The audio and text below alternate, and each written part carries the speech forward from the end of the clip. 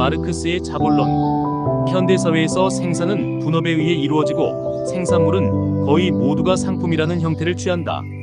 상품은 인간에 유용하기 때문에 생산, 판매되며 상품은 가격을 갖고 있다. 그 가격은 대체로 그 상품을 생산할 때 사회적으로 평균하여 어느 만큼의 노동시간이 필요했는가에 따라 결정된다. 화폐도 원래는 상품이지만 일반적으로 통용되고 누구나 구하는 상품으로서 매개 역할을 한다. 지폐는 상품이 되는 화폐. 예컨대 금화와 언제나 바꿀 수 있기 때문에 화폐를 대신한다. 그러므로 상품이 화폐를 매개로 교환된다는 것은 사실 인간의 노동이 교환되는 것이다. 사람들은 생산하는데 10시간 걸린 어라는 상품을 팔아 마찬가지로 10시간 걸린 B라는 상품을 사는 것이다.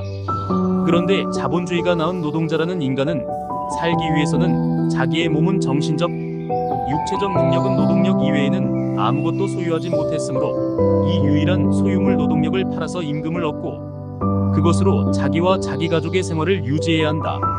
노동자의 노동력마저 상품으로 매매된다는 데에 자본주의 사회에 특유한 현상이 있다. 이 노동력이라고 하는 상품의 가치, 곧 임금도 다른 상품과 마찬가지로 이를 생산하기 위한 가치 비용에 의해 결정된다. 노동력을 생산하기 위한 비용은 바로 노동자와 그 가족의 생계비인 것이다. 사들인 상품을 자유롭게 사용하는 것은 구매주의 권리이다.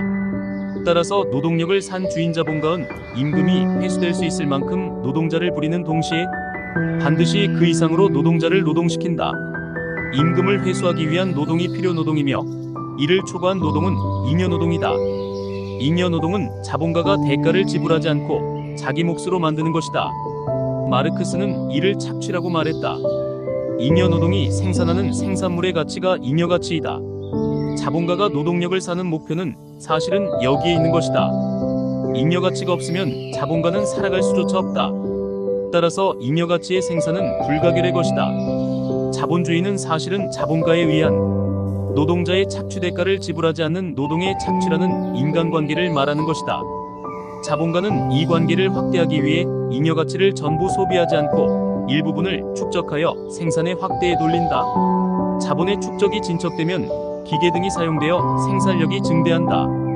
그 결과 자본 중에서 생산수단 원료도구 기계 등을 위해 투하되는 부분과 임금에 투하되는 부분의 비율이 달라진다.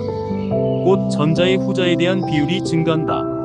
사회 전체의 자본에 대해 볼 때 사회 전체의 자본이 증대함에 따라 임금에 할당되는 비율은 누진적으로 감소된다. 그래서 노동자가 남아돌게 된다.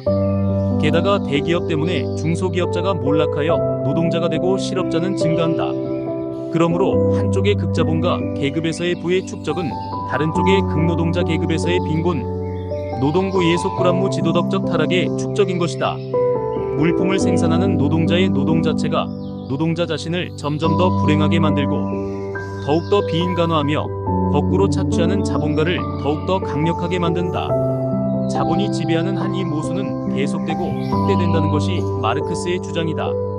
그러나 학대받는 상황 속에서 노동자들은 일어나고 그들에 대한 억압 착취, 그들의 빈곤 예속 퇴폐가 증대하면 할수록 그들의 반역도 증대한다. 부르주아 계급은 자신의 무덤을 팔 사람 프롤레타리아 계급을 만들어낸다는 것이다. 강아지 나이를 사람 나이로 환산하는 법.